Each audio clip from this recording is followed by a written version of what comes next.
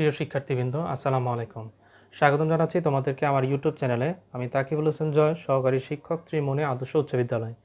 আজকে আমরা আলোচনা করব তোমাদের গণিত বইয়ের অনুশীলনী 2.2 এর 13 নম্বর অঙ্কটি। 13 নম্বর অঙ্কে চেয়েছে মাইশা প্রতি মিটার 20 টাকা দরে 15 মিটার লাল ফিতা ক্রয় করলো। অর্থাৎ প্রতি মিটার মানে হচ্ছে 1 মিটার ফিতার লাল ফিতার ক্রয় মূল্য হচ্ছে 20 টাকা।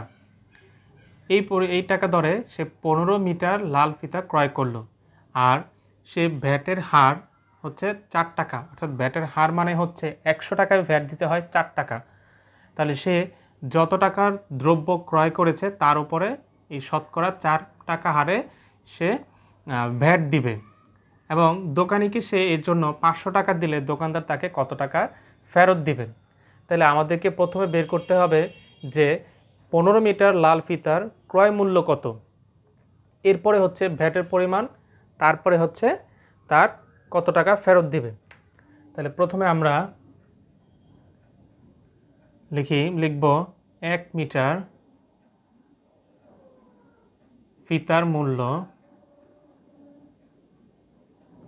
1 মিটার ফিতার মূল্য হচ্ছে 20 টাকা।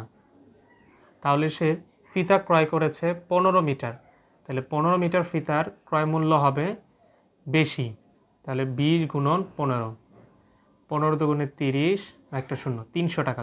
অর্থাৎ 15 মিটার ফিতার ক্রয় মূল্য হচ্ছে 300 টাকা। আর দেওয়া আছে ভ্যাটের পরিমাণ,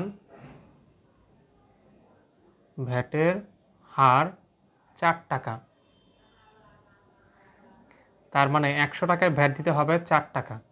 লিখব 100 টাকায় ভ্যাট দিতে হয় 4 টাকা। অর্থাৎ 100 টাকা যদি কোনো পণ্য ক্রয় করতে হয় তাহলে ভ্যাট দিতে হবে 4 টাকা। তাহলে সুতরাং 1 টাকায় ভ্যাট দিতে হবে। 100 টাকায় যদি 4 টাকা ভ্যাট দিতে হয় তাহলে 1 টাকায় ভ্যাট দিতে হবে কম। তাহলে 100 নিচে আর 4 উপরে। তাহলে সে 300 টাকার পণ্য ক্রয় করেছে। তাহলে 300 টাকা ভ্যাট দিতে হবে 1 টাকার থেকে বেশি। তাহলে 1 গুণন 300 ডিভাইডেড 100। তাহলে আমরা যদি কাটাকাটি করি, 100 দিয়ে যদি 300কে ভাগ করি 3, আর 3 4 12 টাকা। অর্থাৎ সে যে 300 টাকার পণ্যটি ক্রয় করেছে এতে তার ভ্যাট দিতে হবে 12 টাকা। তাহলে 300 টাকা দিতে হবে, সাথে প্লাস ভ্যাটের টাকাটাও তাকে পরিশোধ করতে হবে। তাহলে সুতরাং ফিতার মোট মূল্য হবে 300 টাকা, সাথে আরও হচ্ছে ভ্যাট 12 টাকা। তাহলে হচ্ছে 312 টাকা। তাহলে সেই দোকানদারকে দিয়েছিল 500 টাকা। তাহলে দোকানদার বাকি টাকা ফেরত দিবেন। তাহলে সুতরাং দোকানদার ফেরত দিবেন। 500 টাকার একটি নোট দিয়েছে। তাহলে 500 টাকা থেকে 312 টাকা সে ফিতা ক্রয় করেছে।